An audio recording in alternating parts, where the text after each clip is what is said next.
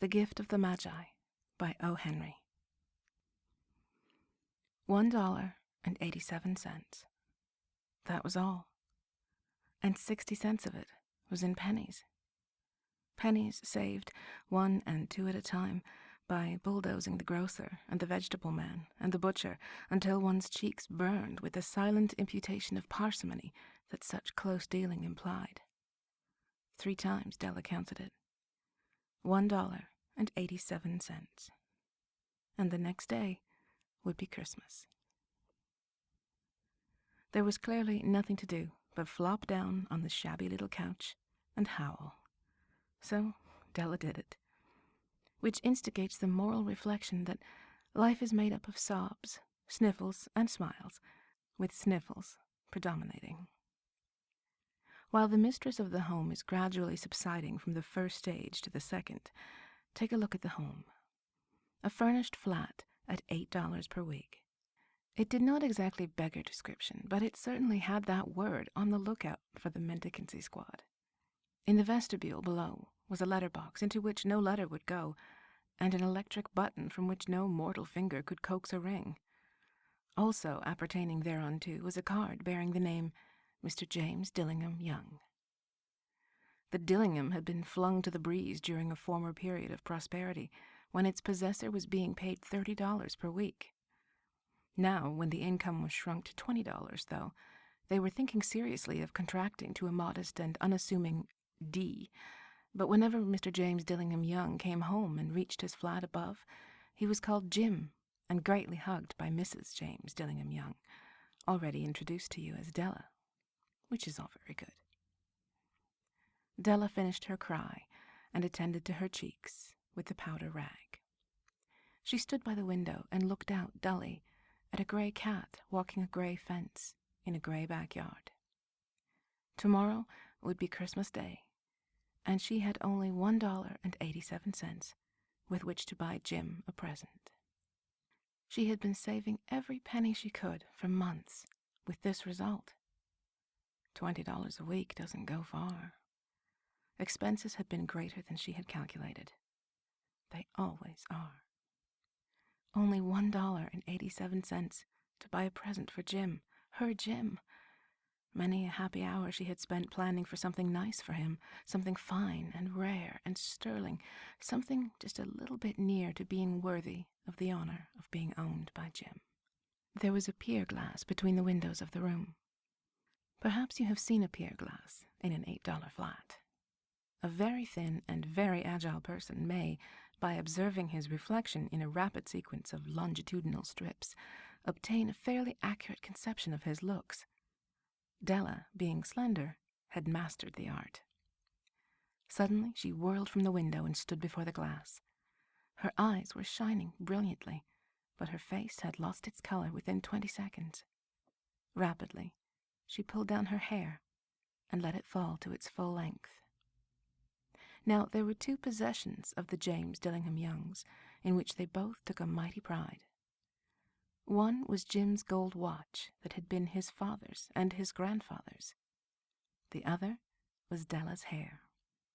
Had the Queen of Sheba lived in the flat across the air shaft, Della would have let her hair hang out the window some day to dry, just to depreciate Her Majesty's jewels and gifts. Had King Solomon been the janitor, with all his treasures piled up in the basement, Jim would have pulled out his watch every time he passed, just to see him pluck at his beard from envy. So now Della's beautiful hair fell about her, rippling and shining like a cascade of brown waters. It reached below her knee and made itself almost a garment for her. And then she did it up again nervously and quickly. Once she faltered for a minute and stood still, while a tear or 2 splashed on the worn red carpet. On went her old brown jacket. On went her old brown hat. With a whirl of skirts and with the brilliant sparkle still in her eyes, she fluttered out the door and down the stairs to the street. Where she stopped, the sign read, Madame Sofronie, hair goods of all kinds. 1 flight up Della ran, and collected herself, panting. Madame, large, too white, chilly, hardly looked the Sofronie. Will you buy my hair? Asked Della. I buy hair, said Madam. Take your hat off and let's have a sight at the looks of it. Down rippled the brown cascade. $20, said Madam, lifting the mass with a practised hand. Give it to me quick, said Della. Oh, and the next 2 hours tripped by on rosy wings. Forget the hashed metaphor. She was ransacking the stores for Jim's present. She found it at last. It surely had been made for Jim and no one else. There was no other like it in any of the stores, and she had turned all of them inside out. It was a platinum fob chain, simple and chaste in design, properly proclaiming its value by substance alone and not by meretricious ornamentation, as all good things should do. It was even worthy of the watch. As soon as she saw it, she knew that it must be Jim's. It was like him, quietness and value. The description applied to both. $21 they took from her for it, and she hurried home with the 87 cents. With that chain on his watch, Jim might be properly anxious about the time in any company. Grand as the watch was, he sometimes looked at it on the sly on account of the old leather strap that he used in place of a chain. When Della reached home, her intoxication gave way a little to prudence and reason. She got out her curling irons and lighted the gas, and went to work repairing the ravages made by generosity added to love, which is always a tremendous task, dear friends, a mammoth task. Within 40 minutes, her head was covered with tiny, close-lying curls that made her look wonderfully like a truant schoolboy. She looked at her reflection in the mirror long, carefully, and critically. If Jim doesn't kill me, she said to herself, before he takes a second look at me, he'll say I look like a Coney Island chorus girl. But what could I do? Oh, what could I do with $1.87? At 7 o'clock the coffee was made, and the frying pan was on the back of the stove, hot and ready to cook the chops. Jim was never late. Della doubled the fob chain in her hand and sat on the corner of the table near the door that he always entered. Then she heard his step on the stair, away down the first flight, and she turned white for just a moment. She had a habit of saying little silent prayers about the simplest everyday things, and now she whispered, "Please God, make him think I'm still pretty." The door opened, and Jim stepped in and closed it. He looked thin and very serious. Poor fellow. He was only 22, and to be burdened with a family. He needed a new overcoat, and he was without gloves. Jim stopped inside the door, as immovable as a setter at the scent of quail. His eyes were fixed upon Della, and there was an expression in them that she could not read, and it terrified her. It was not anger, nor surprise, nor disapproval, nor horror, nor any of the sentiments that she had been prepared for. He simply stared at her fixedly, with that peculiar expression on his face. Della wriggled off the table and went for him. "Jim, darling," she cried, "don't look at me that way. I had my hair cut off and sold because I couldn't have lived through Christmas without giving you a present. It'll grow out again. You won't mind, will you? I just had to do it. My hair grows awfully fast. Say Merry Christmas, Jim, and let's be happy. You don't know what a nice, what a beautiful, nice gift I've got for you." "You've cut off your hair?"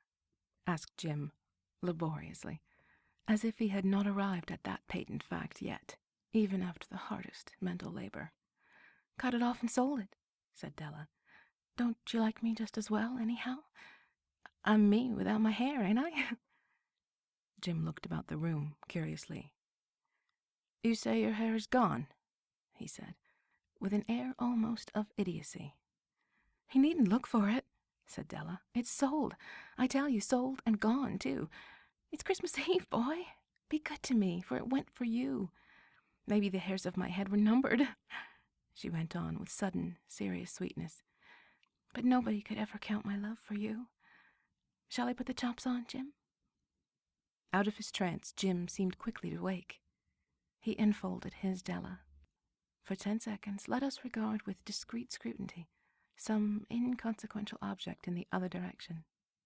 $8 a week, or $1 million a year, what is the difference? A mathematician or a wit would give you the wrong answer. The Magi brought valuable gifts, but that was not among them.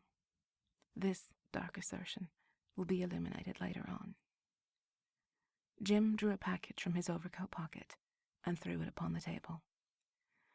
"Don't make any mistake, Dell," he said, "about me.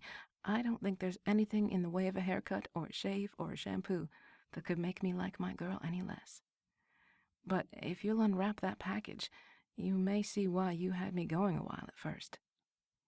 Fingers white and nimble tore at the string and paper, and then an ecstatic scream of joy, and then, alas, a quick feminine change to hysterical tears and wails, necessitating the immediate employment of all the comforting powers of the lord of the flat. For there lay the combs, the set of combs, side and back, that Della had worshipped long in the Broadway window. Beautiful combs, pure tortoiseshell, with jeweled rims, just the shade to wear in the beautiful, vanished hair. They were expensive combs, she knew, and her heart had simply craved and yearned over them without the least hope of possession.